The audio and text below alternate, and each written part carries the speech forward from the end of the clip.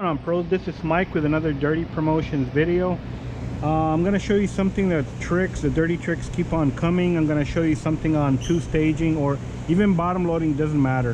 One of the things I never really talked about, but I should talk about it, is that people ask me, do you cut it right here? Do you cut it like more this way? Do you slide? I mean, some people just mark it with a Sharpie and then they go to the peel board and then they cut it excess over. Sometimes on Jettas and stuff like that is very tight, you don't want to cut over, because then you're going to have a hard time getting the water out, or even just installing it is a fucking nightmare. You get a lot of problems, creases and whatever. This one is very easy. It's a Honda 2019 something, I don't know, CRV or whatever. Anyway, these right here, as you can see, I'm going to illustrate with this toy right here. You see how it goes in there? So on this one, is very nice to go ahead and cut it and then slide it over about 1/4 or 3/8 of an inch. On this one, it's really the opposite. It's right there. It's kind of like deep in there, but you don't have a whole lot of access. If you two stage, there's going to be probably a lot of creasing and problems like that. So on this one, I would leave it like right there. When I cut it, probably slide it over, only to slide it back over here, or vice versa, or this and whatever. So all I'm saying is that excess here is about 1/8 of an inch. Here's about 3/8 of an inch, because it's allowed. If you do 3/8 of an inch here, you're going to have a lot of problems either getting it in there, or if you get it in there, you're going to go ahead and crease it. So let me go ahead, illustrate just a pattern cutting, not the installation, because I don't have enough time with this video. Timing 9 minutes. So let's go ahead and do it.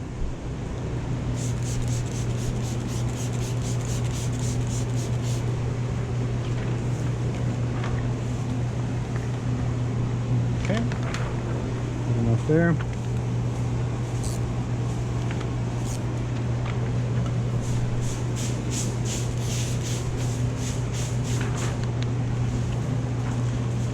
We're gonna read the window, do everything at the same time that I've always talked about in other videos. This one has a lot of bubbles, so we're gonna go ahead and we are gonna go ahead and heat shrink it. I guess that gives you enough time to complete the video, stuff like that, so that's good. So we're gonna go ahead and do this up a little bit and do our shrink real quick. I didn't know that this one had so much curve, but well, there it is. And I still have another video anyway related to this shrinking, reading the window. And this is pretty much a perfect example of reading the window. As soon as I laid it out, there is so many bubbles and whatever, fingers, so it's going to give you a lot of problems if you don't take them out. Believe me, they will. Especially in this one that I'm not going to remove the sweep. I'm not going to remove it just for you guys, so you can kind of get an idea what we're going to try and do. Let me get this card, get this guy down here real quick. Okay.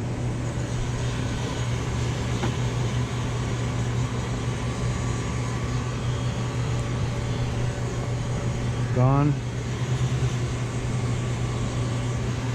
If you don't want to do it with this, you don't have to, because really this is so simplistic that the reason I like to do it is I really want to triple check that it's really down and nice and out of the way, because if it's not, I'll mention to you again, it's going to give me or you or anybody that doesn't take care of the shrink properly, going to give you problems upon install. We're pretty much ready to go. Put this guy out of the way momentarily. I don't need this guy anymore.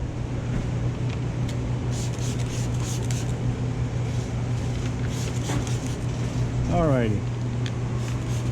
Okay, talking about the cutting and shifting, so let's go ahead and see what we're going to do here. We're going to go ahead and put them on the bottom only. There. Bottom only there. Okay, so we cut here.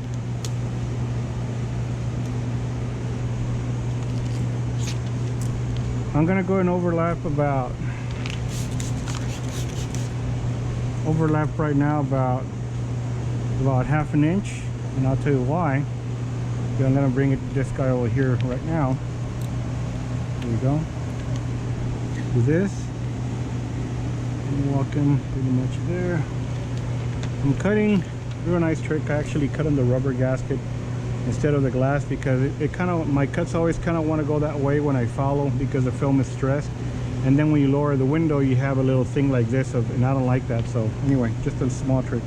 Now I'm going to go ahead and do this 3/8 this way, and what I have here over here is about 1/4, which is pretty much what I wanted, 1/8 or 1/4. I'm going to move them a little bit more this way, and there it is. Now I know for a fact that I'm not going to have a problem. 3/8 this way, 1/4 this way. and fingers are heat shrunk. When you apply them, they're supposed to be like no fingers like that, so that'll be that. Lower it down.